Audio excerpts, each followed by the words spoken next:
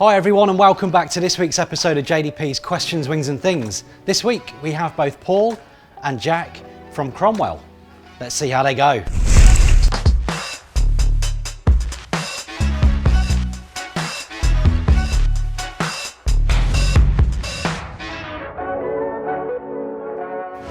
Paul and Jack from Cromwell, how are you both today? Good.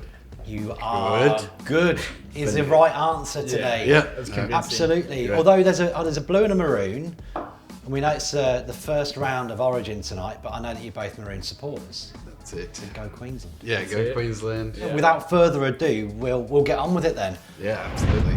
Grab a wing each. I'll grab a wing as well. Can you give us a quick rendition of how you both got to, maybe starting with you, Paul, got to where you are as a digital manager of Cromwell? Sure, no worries. It's like we've got Mickey Mouse here today. Wow. Does that count? That definitely counts. You're shaking on that. Oh, wow. Okay. How you going with that, Jack? You all right? I'm struggling. Yeah, no. That one's good. Hits the throat. Yeah, I studied games at Quantum University here in Brisbane.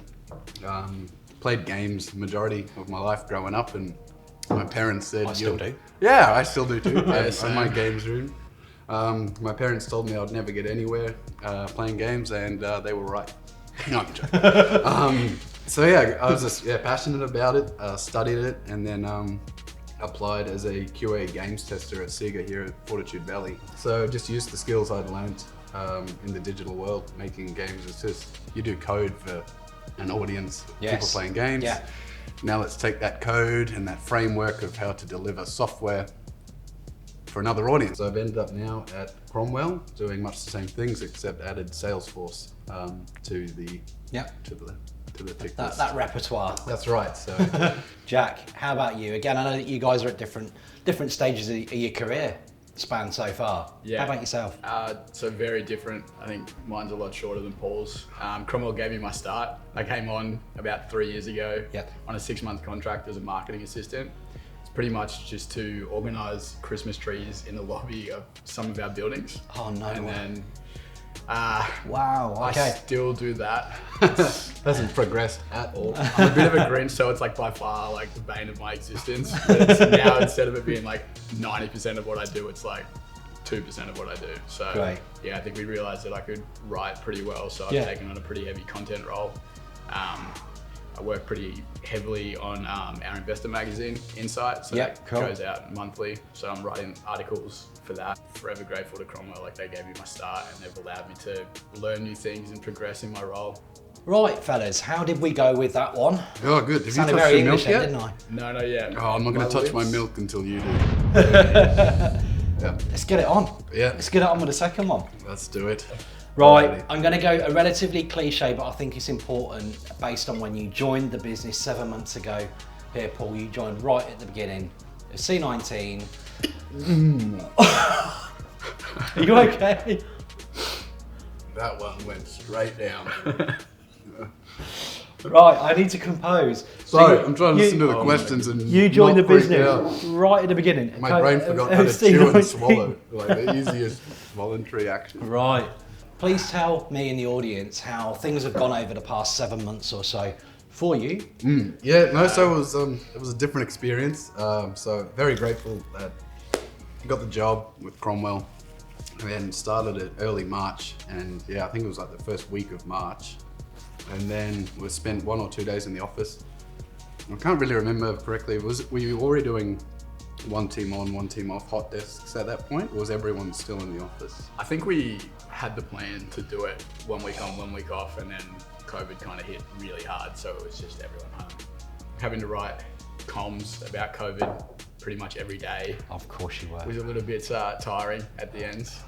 But Did it turn you into ultra paranoia mode here? Because you would have been reading more than most. Yeah, a little bit. There I would have was been going down some conspiracy sort of boardwalk or something. 5G towers. for sure. Oh, I yeah, was of course, yeah. Blah, tinfoil blah, hat blah. by the end of it. It was, no, it was pretty much the same by the end. Obviously, just trying to get the info as it came to hand, and then just like be able to write it in a form that wasn't kind of fear mongering to like our or biased to anyway. Yeah, absolutely. Just trying to be like, this is going to be okay.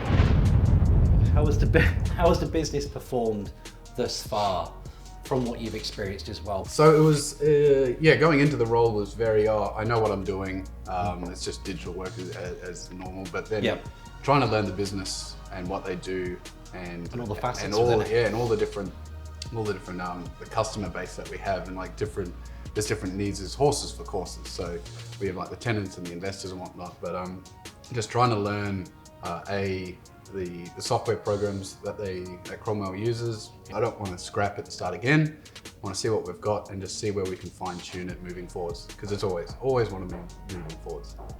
Yeah, absolutely. How you going with that, Jack? I'm struggling. That was not how you built it up to me. Are there any pieces of advice along the way, you in particular have been given, Paul, that you've gone, okay, I'm going to adopt that model, that approach that's helped you drive and get to where you are at the moment? Yeah, absolutely. My first manager ever, Kevin Wright from Sega, taught me to never assume.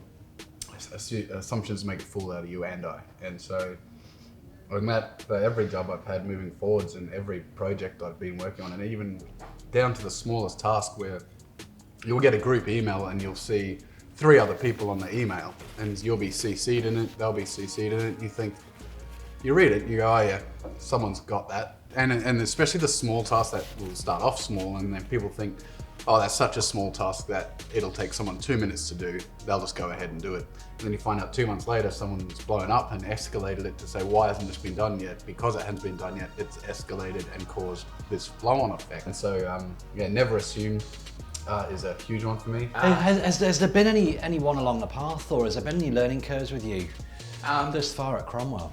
Plenty of learning curves. Just like being committed to constantly learning, constantly being open to learning is a massive thing. I think not taking anything personally and being open to change as well. Like that's always a good one, not taking things personally. Absolutely. This one will not feel hot to begin with. What is it about the business that you're enjoying mostly at the moment, and what is it that you're gonna look forward to in the future with working with Cromwell? Do you want me to go first, mate? I can go first. Oh, thank God. I'll get in quick before it continues. Yeah, that's right. Damn good strategy. Oh no. I think just coming to work every day, it's doing something different, writing something different. It's never the same thing over and over again, and that's something that I really enjoy. Like being a small team across like a global company, writing on like a superannuation fund in Australia one day, and then oh man. And then like writing about the Polish economy the next. You're agreeing with this, aren't you, Paul? You're not here. It's just I'm just it's ringing in his ears. For sure. Your eyeballs just popped out. I'm not even sure I'm not sure where we are anymore. I'm glad I went first. Yeah. What was the question again? No, I'm joking. I've had that one a few times. I like the idea. I've always thought of this about digital, is that I like to think that we help people do their jobs by finding ways to automate business as usual tasks, just so they can focus on getting the job done, but then also getting the statistics they need and the analytics they need so they can further improve on what they're doing, as we said before, continuous improvement. And so I just like the idea of there's this 5-stage process.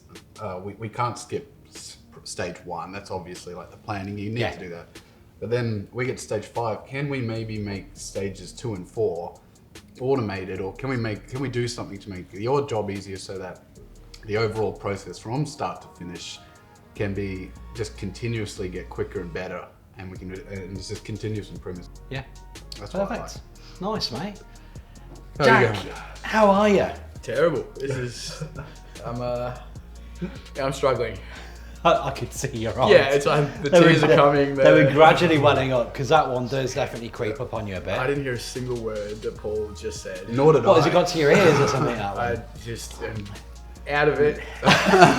we have to go back to work as well. In a chilly, euphoric state. Yeah. As I would refer to that one. Well, the walk back to the office will be interesting. Maybe. Thank you so much, both for making it along, both Paul and Jack from Cromwell. Thank you, Steve, for having us. Thank you, fellas. Well, we will see you next week on JDP's Questions, Wings and Things. And lastly, go the Maroons. Go them. Cheers. Go us.